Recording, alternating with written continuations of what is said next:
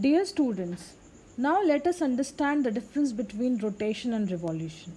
In the first image, you can see under the heading rotation, to spin or to turn. When the earth moves on its own axis, that is called as rotation. And this movement is completed in 24 hours, which causes day and night.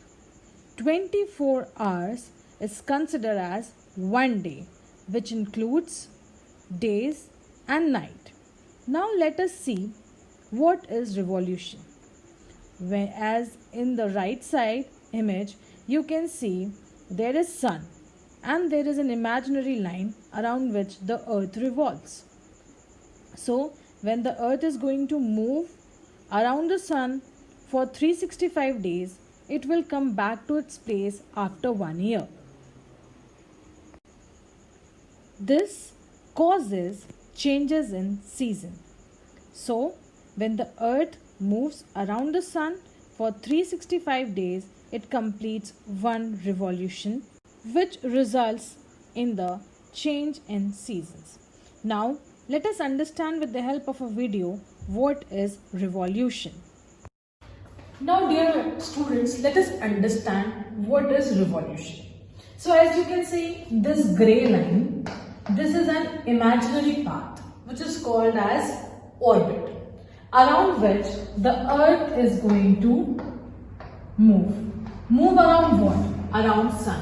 So like earth is going to move like this around the sun and will come back to its position. So suppose the earth started from here, so will come back here after 1 year.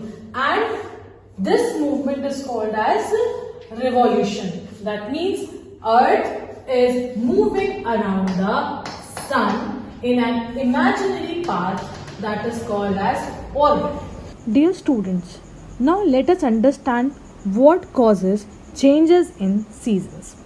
As on the left hand side, you can see that 21st June is a summer solstice.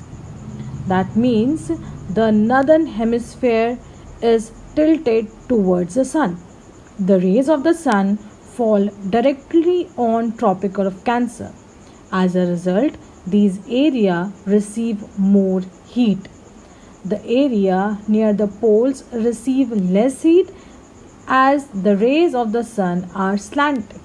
So, the North Pole is inclined towards the sun and the place beyond the Arctic Circle experiences continuous daylight for about 6 months. Since a larger portion of the northern hemisphere is getting light from the sun, it is summer in the regions north of the equator. The longest days and the shortest nights at these places occur on 21st June. At that time in the southern hemisphere, all these conditions are reversed. That means the sunlight is not received vertically, so the southern hemisphere experience winter. The nights are longer than the days. This position of earth is called as summer solstice. So on 21st June, northern hemisphere is going to experience summer solstice, whereas southern hemisphere is going to experience winter. It is a day when, now let us see the extreme right position of the earth, where the southern hemisphere is experiencing summer and northern hemisphere or the north pole is experiencing winter. It is the time of 22nd December.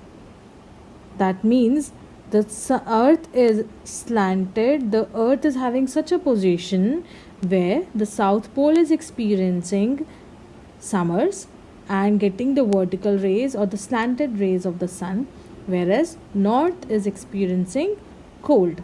So this is called as winter solstice.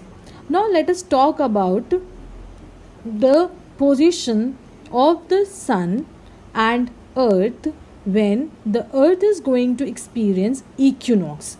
Now let us understand what these equinox are. On 21st March and September 23rd, direct rays of sun fall on the equator. At this position, neither of the pole is tilted toward the sun. So the whole earth experiences equal days and equal nights. This is called as equinox. That means it is a season which is called as autumn and spring, which is going to experience equal days and night of January. Now in this video, what is happening?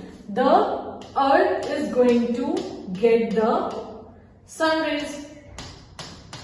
In which area? In this area. So this is North Pole and this is South Pole. So in the month of January, the earth is going to, this area is going to get the sunlight of the sun. And here is the area which is not going to get the sun rays directly, or very less light is being received. But in the South Pole, a lot of light is being received by the sun. So in the month of January at South Pole, it is called as summer. Now what will happen when the earth will move from here and will come here? Now what will happen? This is our imaginary axis on which the earth is rotating also and revolving also. Now this is north and this is south. Now what will happen? This area is going to get the sunlight in the month of June. Now what will happen? As now north is getting sunlight and south is not going to get sunlight. So now after like nearly 6 months, the South Pole is going to experience winter and north will experience summer, because the sun rays of the sun falling on the surface, and this is equator, right? So when earth is moving from its space and revolving and moving around the sun, we are going to call it as rotation. And because of rotation, the changes in season occurs. In the month of January, the South Pole is going to experience summer, whereas in the month of June, the South Pole is going to experience winter. I request all the students to please pause the video and underline the lines which are displayed on your screen. Kindly underline these lines in your NCERT book. Thank you.